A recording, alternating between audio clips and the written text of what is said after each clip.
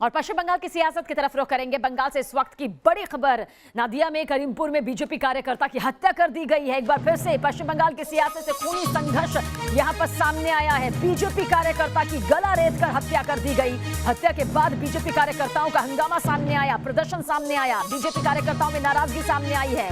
थाने में शव रखकर बीजेपी कार्यकर्ताओं ने अपनी नाराजगी जाहिर की है। हमारे सहयोगी विकास चंद्रा ज्यादा जानकारी के लिए। विकास, एक बार फिर से पश्चिम बंगाल की सियासत में यह खूनी संघर्ष देखने को मिला, जहां पर बताया जा रहा है कि बीजेपी कार्यकर्ता की हत्या कर दी गई। क्या ये पूरा मामला सामने आ रहा है? देखिए, पश्चिम बंगाल की अगर बात करें तो यहाँ हिंसा का दौर थम नहीं रहा है। लगातार राजनीतिक हिंसाएं यहाँ हो रही हैं, हत्याएं यहाँ पर हो रही हैं। और अगर बात नादिया जिले की जाए तो यहाँ बहुत आम है ये हत्या कर देना राजनीतिक तौर पर। और यहाँ जैसे हत्या हो जाती है तो फिर यहाँ पुलिस कोई कार्रवाई नहीं करती है। पुलिस पूरे मामले की लिपापोती में लग जाती है। जिस कार्यकर्ता की हत्या बीजेपी की हुई है वो पहले आरएसएस में काम करते थे और इस चुनाव के दरमियान वो बीजेपी में उनको दायित्व सौंपा गया था और करीमपुर इलाके में वो बीजेपी के कैंपेन में लगे हुए थे और उनकी आगे गला रेत करके हत्या कर दी गई। हत्या करने के बाद से इस इलाके में बहुत ज्यादा तनाव है। जितने भी बीजेपी और आरएसएस के कार्यकर्ता हैं वो कार्यकर्ता के शव को थाने पर रखकर लगातार मांग कर रहे हैं कि जिन लोगों ने हत्या की है उसको तत्काल कार्रवाई की जाए। हालांकि और भी जानकारी सामने आनी है कि इस हत्या के पीछे और क्या कारण हो सकते हैं, क्योंकि इस इलाके में जो सांप्रदायिक स्थिति भी बहुत खराब है। यहाँ सांप्रदायिक तनाव हमेशा रहता है और आए दिन इस तरह की हत्याएं होती हैं।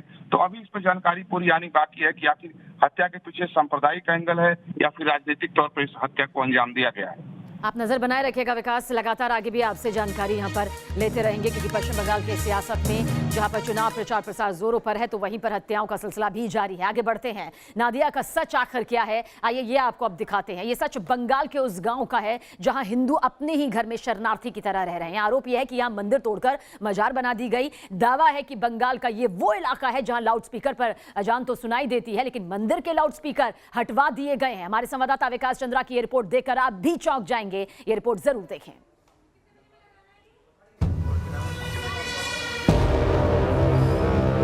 ये मुस्लिम समाज की जमीन है, इसलिए वो लोग बोलता है कि ये हम रास्ता नहीं दे सकते इसके।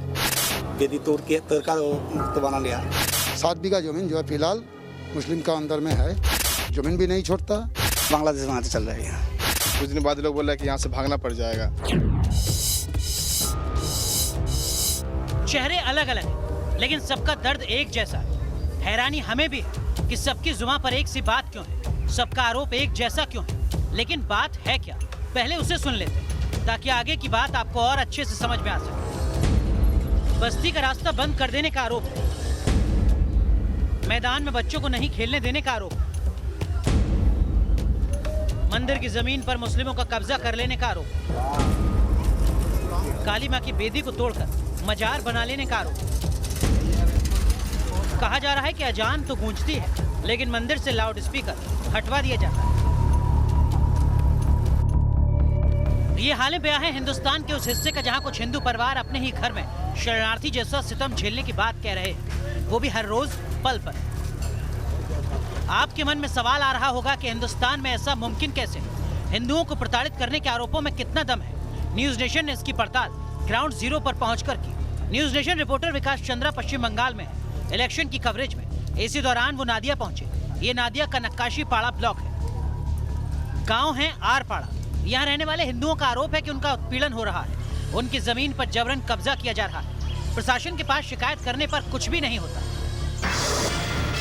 नादिया जिले के पलासीपड़ा विधानसभा क्षेत्र का ये आरपाड़ा गांव है। मेरे दाहिनी तरफ हिंदू आबादी है, लगभग 200-250 घर हिंदुओं के हैं, लेकिन स्थिति यहाँ बिल्कुल सामान्य नहीं है। इस खाली पड़े मैदान से हमने अपनी पड़ताल शुरू की। यहाँ हमें पुराने बरगद और पीपल के पेड़ मिले और ठीक उसके बगल में ये मजार।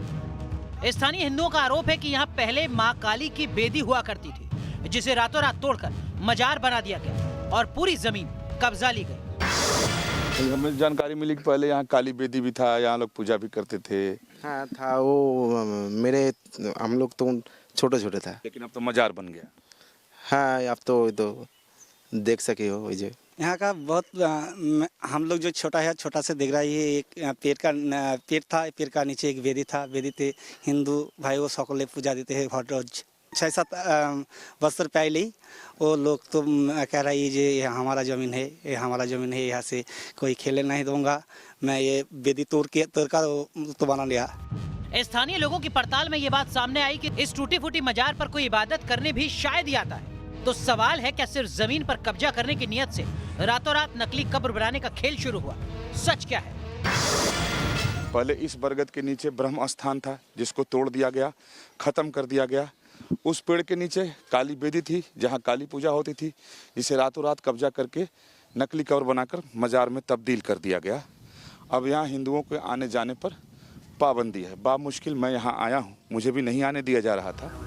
अब फिर से स्पॉट पर चले। खाली मैदान में एक तरफ स्कूल बना है। लोगों से बात करने पर पता चला कि एक ब्राह्मण परिवार ने इसी स्कूल के लिए ये जमीन दान में दी थी, जिसके एक हिस्से में खेलने के लिए प्लेग्राउंड छोड़ा गया था। लेकिन जमीन पर कब्जा करने के बाद अब यहाँ बच्चों को खेलने की भी इजाजत नहीं। बात सिर्फ इतनी ही नहीं, इस जमीन के चलते गांव के करीब 50 परिवारों को मेन रोड तक जाने के लिए रास्ता नहीं मिल पा रहा है।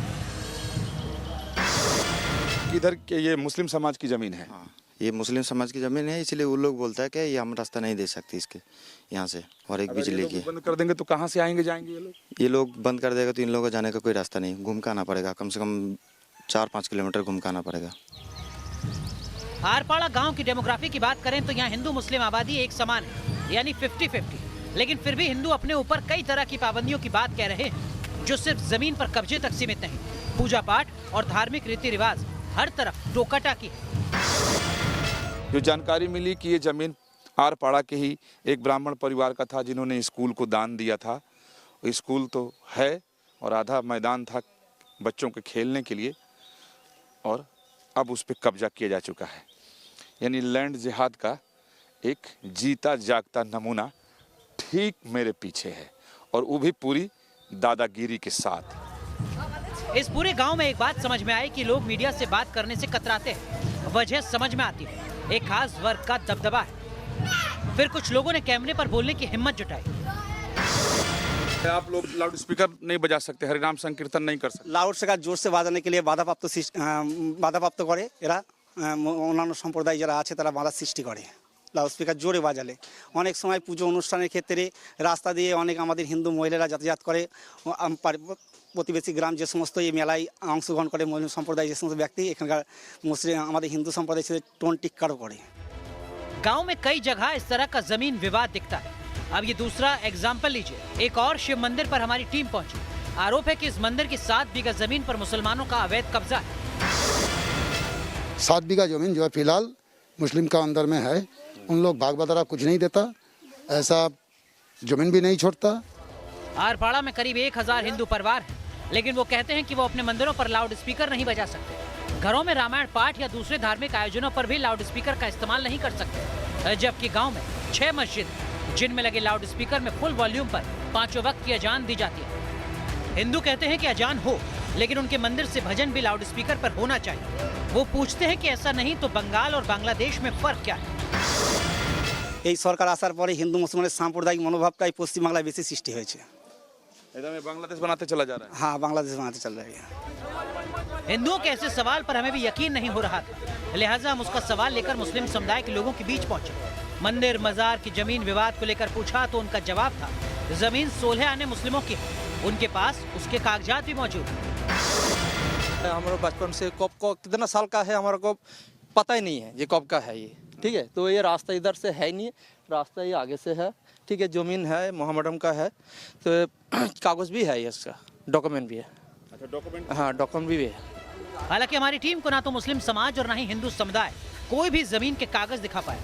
हिंदू समुदाय के लोगों का आरोप है कि शासन प्रशासन की मिलीभगत से मुस्लिम समुदाय ने जमीन के फर्जी कागजात तैयार करा लिए।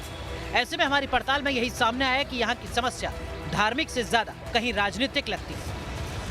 विकास चंद्रा के साथ टीम न्यूज़ नेशन।